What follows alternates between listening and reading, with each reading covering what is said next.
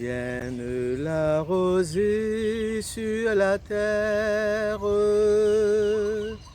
naisse l'espérance en nos cœurs. Brille dans la nuit la lumière, bientôt va germer le Sauveur. Au désert un cri s'élève, réparez les voies du Seigneur. Berger d'Israël, tends l'oreille, descends vite à notre secours. Et nos yeux verront tes merveilles, nos voix chanteront ton amour. Fille de Sion, très sage, le Seigneur déjà vient vers toi. Réveille au Seigneur ta vaillance, établis ton règne de paix.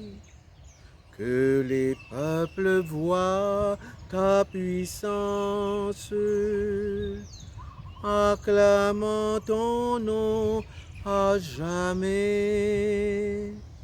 L'univers attend ta gloire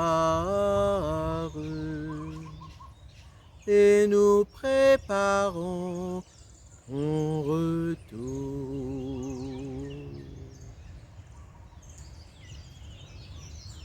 Chers amis, nous voulons marcher ensemble et réfléchir, méditer pour saisir, comprendre, trouver le sens de ce temps de l'Avent que nous allons vivre ensemble, le temps de l'Avent.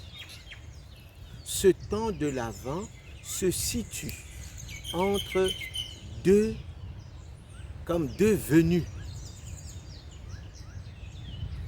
Dimanche dernier, nous avons célébré le Christ roi de l'univers. Jésus arrive à la fin des temps, nous célébrons ça, comme le roi de l'univers, rassemble l'univers tout entier, prend l'univers à l'intérieur de lui-même, après avoir donné sa vie pour le monde et l'univers, pas uniquement pour les hommes, pour le monde, les hommes, les êtres humains et l'univers tout entier, récapituler toutes choses à l'intérieur de lui dans sa personne, il devient ce roi-là, ce maître-là, et il remet ça à son Père.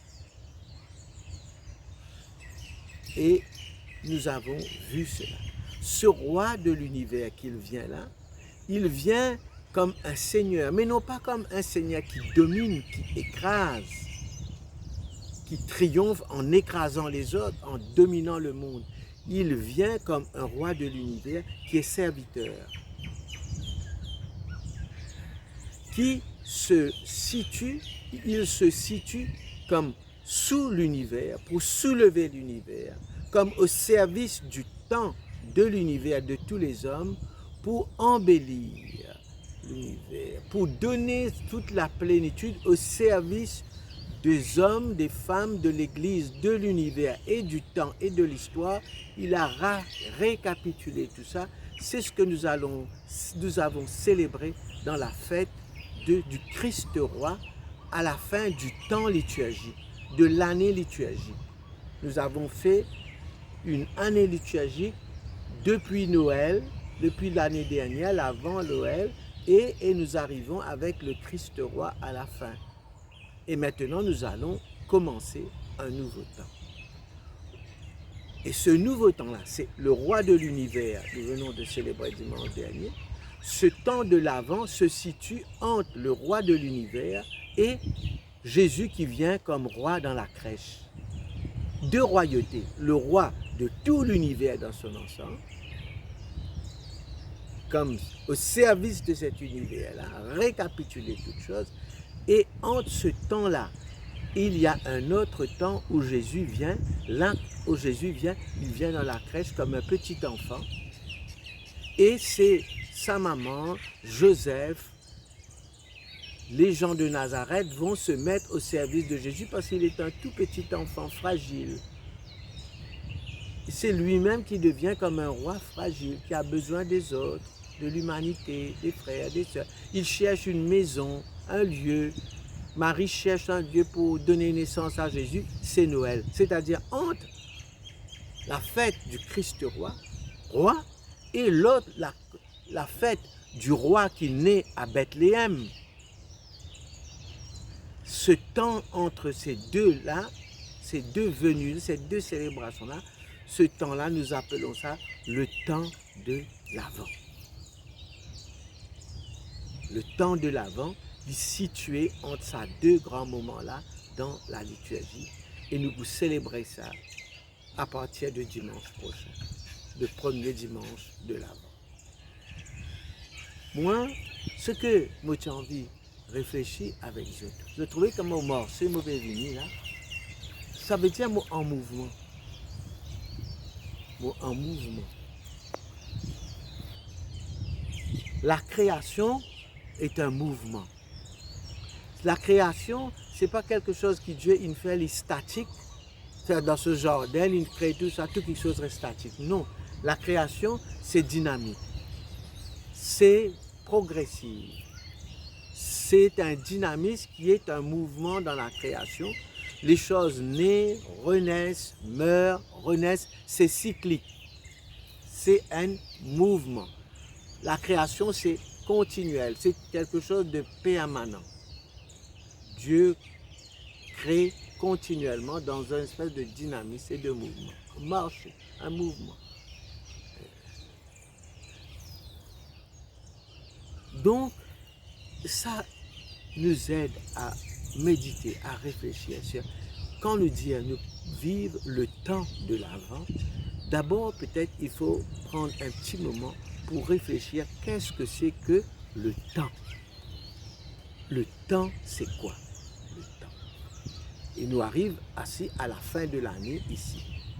Le temps qui nous vivent à Maurice, manière nous vivre ce temps-là, si nous allons en Russie, si nous en Afrique, si nous dans l'Amérique latine, si nous en France, si nous au Canada, si nous en Australie, nous ne pouvons pas vivre sa période qui nous peut vivre maintenant là de la même manière. Sa période du mois de fin novembre, décembre pour arriver au mois de janvier. Ça veut dire à partir de maintenant jusqu'au 24 décembre, partout que tu mettez dans le monde, nous ne pouvons pas vivre de la même manière. Ce temps-là est vécu de différentes façons. Ici, nous avons le soleil, puis nous avons la neige par ici, là-bas, nous avons du vent, la pluie tombée par ici, etc., etc. Au niveau du cosmos, cosmique de la création, tout ça, du temps, ce n'est pas vécu, ce n'est pas la même chose. Et ça influence, fait nous vivre ce moment-là différemment. Ce temps-là, nous est vécu différemment. Mais qu'est-ce que c'est que le temps? Dernièrement, ce mois-ci, en novembre, on célébrait mon anniversaire. Je célèbre l'anniversaire. Nous avons une date, nous célébrons cet anniversaire dans l'année. Cette date-là, dans l'année de notre que nous célébrons l'anniversaire, il n'a pas changé. Cette date-là n'a pas changé.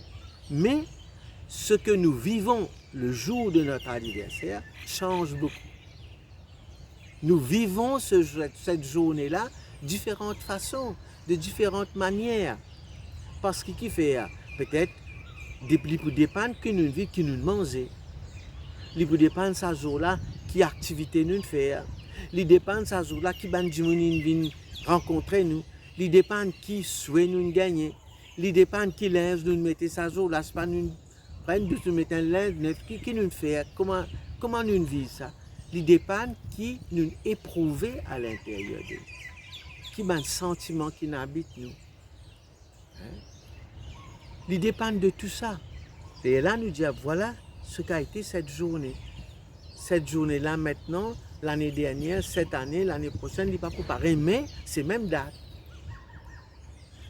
Donc, et puis, deuxièmement, il peut marquer le nombre d'années qui nous vivons sur la terre, le nombre d'années de notre existence. Mais seulement, en même temps, ce jour-là, il n'est pas vécu, il n'est pas compris, expérimenté de la même façon. Qu'est-ce que c'est que le temps? Le temps, il y en a plusieurs dimensions, plusieurs manières nous vivre le temps, nous comprendre le temps. Une première chose que nous comprenons par le temps, nous mesurons avec les minutes, les secondes, les heures, les journées, les semaines, les mois, les années, de cette manière-là, car quelque chose qui nous mesurable. Et sa mesure-là, elle est universelle, elle n'est pas changée. C'est une façon d'aborder le temps. Il y a une autre façon d'aborder le temps, il dépend de ce qui me peut vivre à l'intérieur de moi. Si je suis triste, si je peux vivre un deuil, si je suis un échec, je peux toute la journée là longue, je peux toute la journée là boring, je peux toute la journée là comme une ténèbre, tout ça. Donc, sa journée là qui me peut vivre là, à cause de ce qu'il y a à l'intérieur de moi, je vis ce temps-là différemment. Ce temps-là est vécu, expérimenté d'une différente manière en fonction de mon état intérieur. Donc mon état intérieur va me faire éprouver le temps différemment. Nous connaissons ça bien aussi. Ça c'est très important pour nous, nous mesurer ça. Et puis, une autre dimension du temps que nous devons trouver, nous disons qu'il y a un passé, il y a un présent, il y a un avenir. Le passé, c'est qui finit écoulé, dans lequel nous n'avons aucun pouvoir, nous ne vivons plus derrière nous. Et puis, il y a le présent c'est plus difficile. C'est pour comprendre parce que c'est dès qu'il me donne présent, il finit de passer. Comment me vivre une affaire, il finit dans le passé. Et puis, il y a sa question du futur, là, de l'avenir. L'avenir qui permet moi et qui donne moi un dynamisme, une espérance. Il tourne moi vers quelque chose qui va arriver. Il fait moi espérer. Il crée un hope à l'intérieur de moi, une espérance en moi. Il fait moi tourner vers l'inattendu, tout ça. Ça, c'est une autre façon d'aborder le temps. Vous comprenez? Il y a différentes façons de vivre le temps, de comprendre le temps. Et dans la spiritualité, ce temps-là, c'est à travers cette notion du temps-là qui parfois nous comprend le temps comme une éternité. Comprends-moi? L'éternité est comme quelque chose qui ne s'arrête pas. Quelque chose qui n'a pas ni passé ni futur. L'éternité, c'est l'éternel présent. Mais ça éternel présent-là, ça veut dire nous transforme en quelque chose qui nous vivent. C'est nous qui, à l'intérieur de nous, de par la foi, de par nos compréhensions de la vie, de Dieu, de sa présence, qui fait que nous vivons dans le temps-là comme dans une éternité. Quelque chose qui est sans fin, qui n'a pas de finalité. Donc c'est avec ça qui me peut inviter de comprendre qui nous peut vivre, nous rendre dans le temps de l'avant, de préparation de la venue de Jésus dans notre monde, préparation de la venue de Jésus dans le cœur de chacun, préparation de la venue de Jésus dans l'histoire, dans la création, et sa venue là, c'est comment nous pouvons vivre ce temps qui nous est proposé à partir de maintenant, c'est-à-dire à la fin de la fête du Christ roi, jusqu'à l'accueil du roi qui arrive à Bethléem, dans le sein de Marie, dans le ventre de Marie. Comment nous pouvons vivre? Et c'est ça. cheminer ensemble pendant ça tout temps. Faire de ce temps-là vient un temps significatif.